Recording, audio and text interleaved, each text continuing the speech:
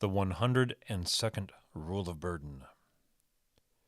No master can exist without something to master, as no king can live without subjects to control. Words.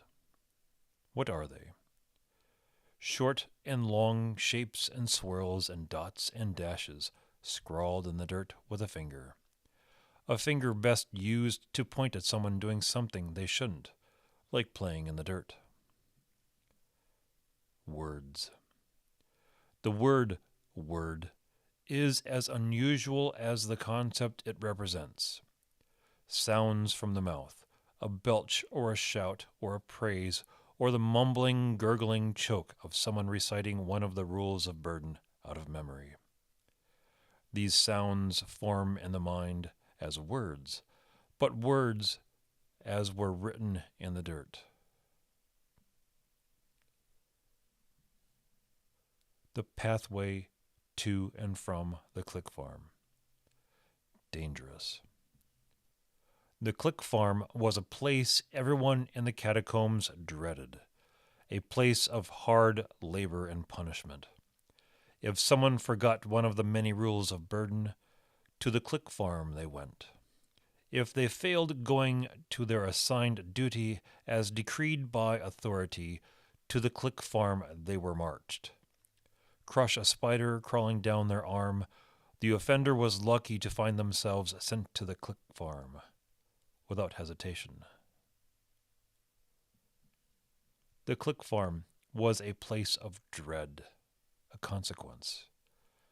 There was a rule of burden about consequences, but Mr. Clark couldn't recall it at the moment. And if there wasn't a rule of burden written about such, then there should be. But Mr. Clark hadn't the will or the mind to figure what such a rule of burden might be, if he were to invent it out of thin air. Such was the 112th Rule of Burden. Be the author of another burden of man.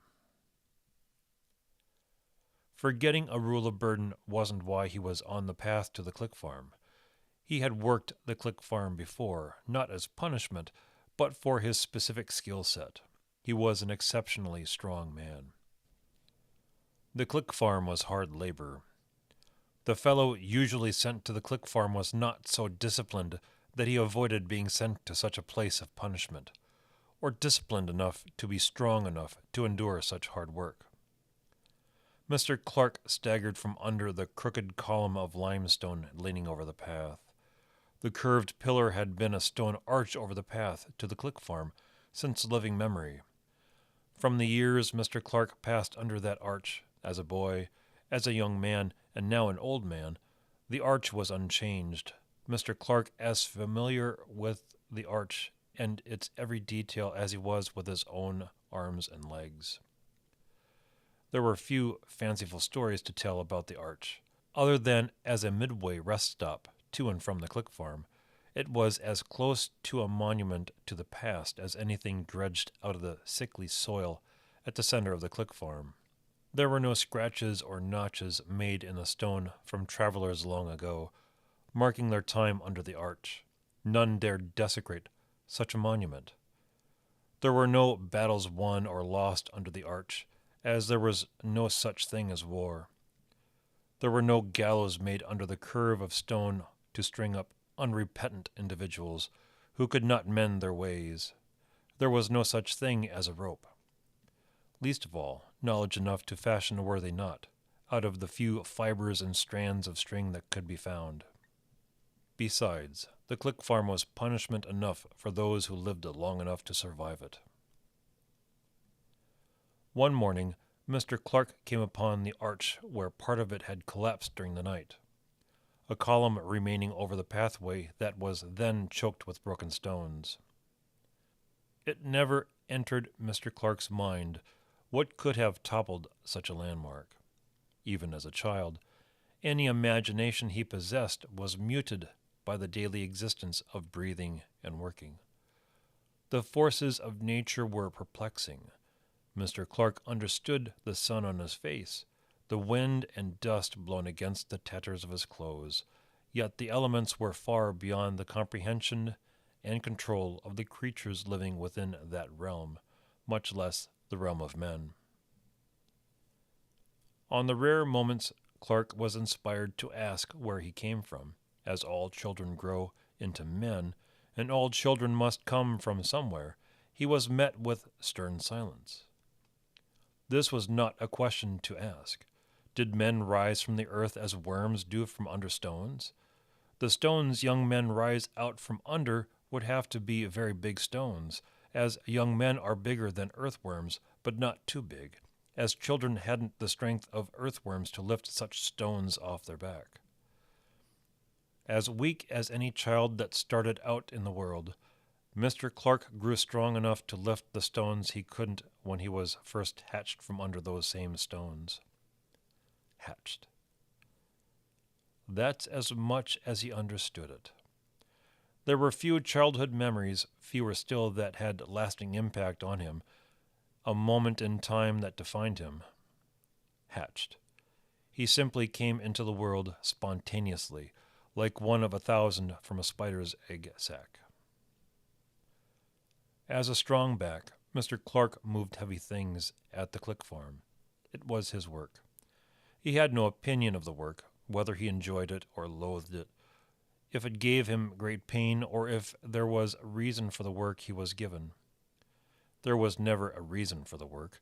There was work to be done and men to do the work. Likewise, if there were men to do work, there was work for them to do. Work was synonymous with living.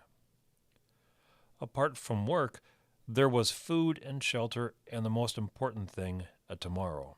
Whatever else he might desire out of his days or from his work was unimportant.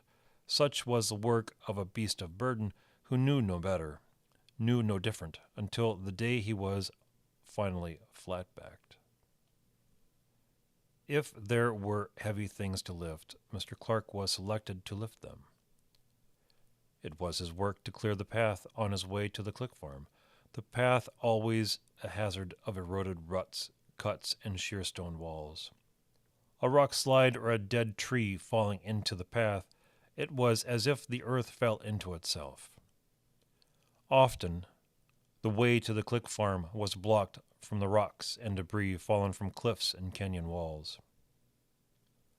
One left the click farm just as the sun rose, and arrived just as the sun set. There was no green growth or restful shade other than what the sun created with rock walls and large stones. With care, Mr. Clark pushed, lifted, and rolled the stones clear of the path. There was no anticipation or fear. Whether the remaining part of the arch would fall on Mr. Clark's head, it wasn't his burden to worry if a rock crushed his skull, but his daily burden to clear the path as was needed of him. Mr. Clark looked up at the broken arch. He lingered on the remaining freestanding stone with some measure of sadness. It was such a long time ago.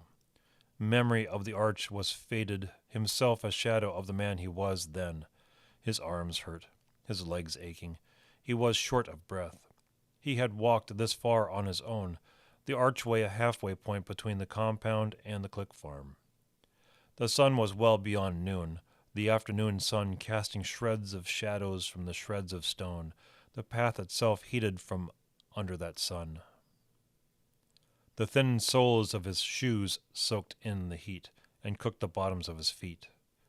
The sun reflected up from the smooth path, heating his face. That had been his burden along the walk to the pillar, to feel the heat of the sky stand on the back of his neck, the heat of the earth pressing upwards on his face. His sight blurred. He staggered a bit more before finding a stone to rest upon. He was silent in confusion. This sudden weakness had never happened before. He went to sleep the previous night with a nagging headache and a pressure in his chest. The headaches came and went, but recently with more frequency, remaining longer. He woke late, in pain, short of breath, rushing as he could through the compound to the staging area to meet his group. They had left already. He walked as fast as he could to catch up, keeping a tenuous balance between his effort and preserving his slipping energy. Now, at the halfway point, the broken arch, he had no more energy to keep going. It was his duty to clear the scattered stones out of the path before moving on to the click farm. Exhausted as he was, he saw several stones remaining. There was time when those stones offered him no agony to move them. Now, as if they had grown stronger as Clark grew weaker, they were beyond his capacity. Here he was, staring at the ground to shade his eyes, his mind growing dull, his sight dimmed, his breathing shallow as he struggled to hold himself upright. Among the many rules a man lived by, few were as cold and hard to accept. The 113th rule of burden. A man's burdens are infinite. Where a man has no more burdens, there is no man left to be burdened.